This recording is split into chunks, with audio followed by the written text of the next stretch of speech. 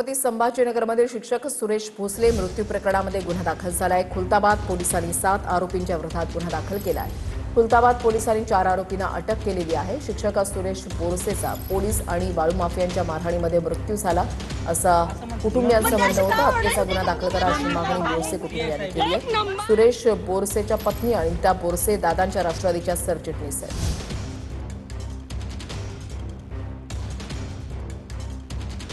हे प्रकरण नक्की काय आहे तर छत्रपती संभाजीनगरच्या वेरूळमध्ये शिक्षक सुरेश बोरसेंची हत्या झाल्याचा कुटुंबियांचा आरोप। शिक्षक सुरेश बोरसेंचा पोलीस आणि वाळू माफियांच्या मारहाणीमध्ये मृत्यू झाल्याचा आरोप। घरी पाहुणे आले म्हणून शिक्षक सुरेश बोरसे बाहेर आईस्क्रीम आणण्यासाठी गेले होते।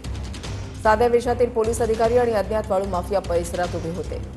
सुरेश बोरसेंनी फक्त काय झालं असं विचारलं असता वाद सुरू झाला। वादादरम्यान सुरेश बोरसेंना वाळू माफियांकडून मारहाण करण्यात आल्याचा आरोप करण्यात आला। बोरसेंचं कुटुंबीय घटनास्थळी पोहोचलं तेव्हा त्यांच्या मुलीने एक व्हिडिओ शूट केल्याचा दावा आहे। शिक्षक सुरेश बोरसेंच्या हत्येप्रकरणी 8 अज्ञातांच्या विरोधात पोलीस ठाण्यामध्ये गुन्हा दाखल करण्यात आलाय। गुन्हा दाखल करण्यासाठी अंबादास दानवेंनी वेरूळ इथे रास्ता रोको आंदोलन केलं होतं। पोलिसांच्या सांगण्यावरून वाळू माफियांनी बोरसेंना मारल्याचा अंबादास दानवेंचा आरोप आहे। एक शिक्षक जो मुख्याध्यापक आहे आणि चांगला शिक्षक आहे, गावाला घडवणारा, विद्यार्थ्यांना घडवणारा शिक्षक आहे। हा ज्या भागात राहतो त्या भागात रात्री काही गाड्या आल्या, त्याच्यात पोलीस होते, काही गुंड प्रवृत्तीचे लोक होते। आता ते वाळू माफिया आहे, मी काय कोणाला ओळखत नाही। या सगळ्यांनी त्या शिक्षकाला एवढी बेदम मारहाण केली की त्या शिक्षकाचा मृत्यू झाला। मोठ्या मुश्किलीनं गुन्हा दाखल झाला, परंतु अजूनही हा गुन्हा पूर्णपणे परफेक्ट दाखल झाले नाही। पोलीस याच्यातले जे कोणी दुसरे पोलीस असेल यांना वाचवण्याचा पूर्ण प्रयत्न करतात। नागरगोजे नावाचे वैजापूरचे अधिकारी, त्या गुन्ह्यामध्ये आतापर्यंत आम्ही 4 आरोपींना अटक केलेली आहे। गुन्ह्याचा अधिक तपास आमचा सुरू आहे। यामध्ये पोलीसही दोषी असल्याचा आरोप करण्यात येतोय। गुन्ह्याचा तपास आमचा सुरू आहे। गुन्ह्याच्या तपासांती बाकी सविस्तर डिटेल्स पुढे येतील। याच प्रकरणामध्ये अंबादास दानवेंनी एक व्हिडिओ ट्विट केलेला आहे। सुरेश बोरसेंना मारहाणी दरम्यानचा हा व्हिडिओ असल्याचा दावा करण्यात आलेला आहे।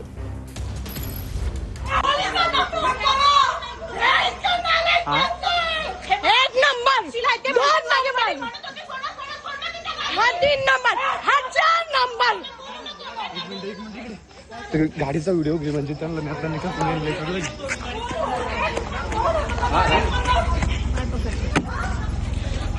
तू येणार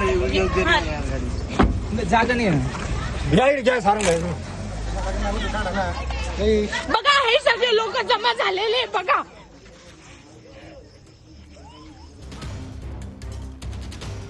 अंबादास दानवेंनी एक्सपोस्ट केली आहे। त्यांनी असं म्हटलंय, वेरूळ शिक्षक प्रकरणातील हा व्हिडिओ आणि फोटो अत्यंत धक्कादायक आहे।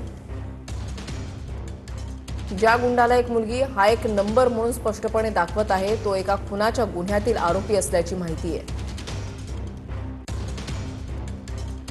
आणि धक्कादायक बाब म्हणजे दुसरीकडे एक जबाबदार पोलीस अधिकारी एक नंबरला पेढे भरवताना दिसतोय।